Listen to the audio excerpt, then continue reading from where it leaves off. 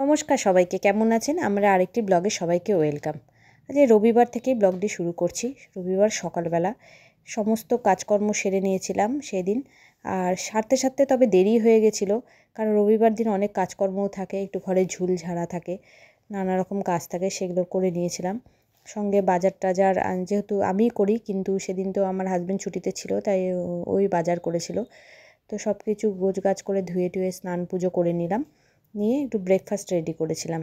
Breakfast বলতে আমি প্রথমে আগে আমার মেয়েদেরকে একটু ম্যাগি করে দিয়েছিলাম, তারপরে ভাবলাম যে আমাদের দুজনে রুটি করি। ভাবতে তখন রুটি দিয়ে আমরা আবার ভাবলাম যে আটার নুডলস করা যাক, দেখা যাক কেমন হয়। তো যাই হোক, একজনের ইউটিউবার একজনকে দেখেই আমি এই রেসিপিটা রেডি করেছিলাম। তো উনি ওনার মতো করেছেন, তা আমি অত পারফেক্ট করিনি, তবে আমার মতো করে সাজিয়ে গুছিয়ে করেছিলাম। খেতে বেশ ভালো হয়েছিল, কারণ প্রথম ট্রাই করেছিলাম আটার নুডলস।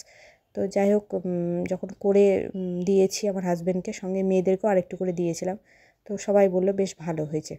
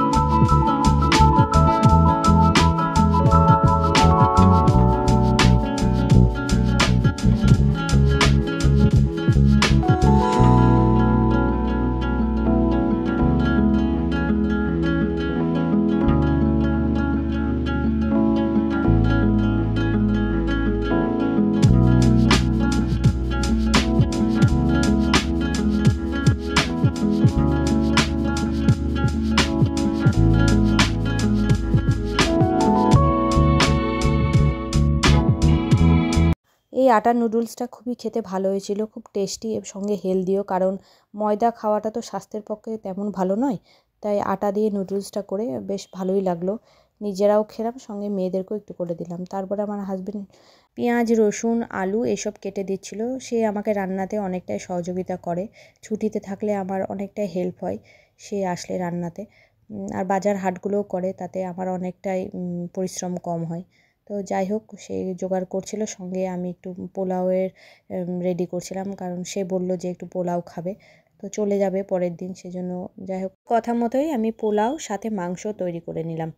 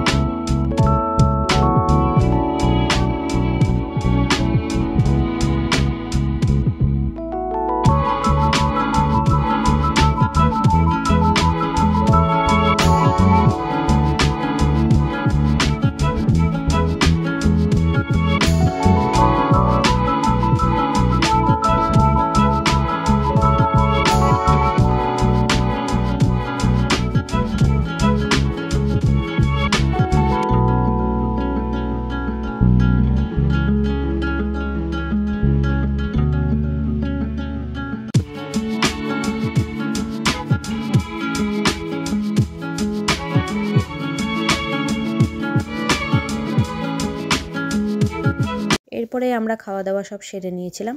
খাওয়া দাওয়া সারতে মোটামুটি অনেকটাই দেরি হয়ে গেছিলো, কারণ ওইদিকে জলখাবার খেতে দেরি হয়েছিল, যেহেতু সেদিকে আবার রেডি করে সব কিছু করে ধরে খেতে আমাদের বেশ 3:30 4টায় বেজে গেছিলো। তারপরে আর সেইভাবে আর কোনো ভিডিও করা হয়নি। এইভাবেই আমাদের সেই দিনটা কেটেছিল। এটি হচ্ছে তারপরের দিন। খুব সকাল সকাল উঠেছিলাম, কারণ আমার হাজব্যান্ড ছুটি কাটিয়ে সে ডিউটিতে জয়েন করতে যাচ্ছিলো, তাই খুব ভোরবেলা উঠেছিলাম। সব কিছু তাকে রেডি করে দিয়ে, তাকে চা করে দিয়ে সব মোটামুটি তাকে সব কিছু গুছিয়ে দিয়েছিলাম।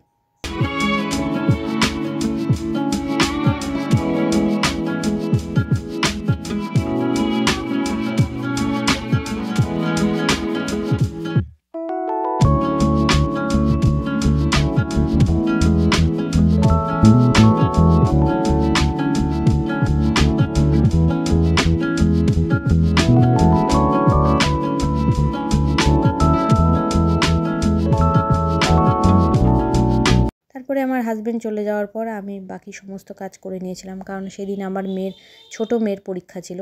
তাই আমি সে যাওয়ার পর আমি ঘরদোয়ার মুছে বাকি সমস্ত কাজ সেরে স্নান পুজো করে মেয়েকে রেডি করে নিলাম। আর প্রথম হাফেই পরীক্ষা, সেই জন্য খুব তাড়াতাড়ি সব কাজ সারতে হয়েছিল। দ্বিতীয় হাফে হলে অনেকটা সময় পাওয়া যায়, তো প্রথম হাফের জন্যই আমি তাড়াতাড়ি করে সমস্ত কাজ সেরে মেয়েকে রেডি করে নিয়ে স্নান পুজো করে নিয়েছিলাম। দিয়ে তারপরে আমরা পরীক্ষাতে মেয়েকে বসাতে গেছিলাম।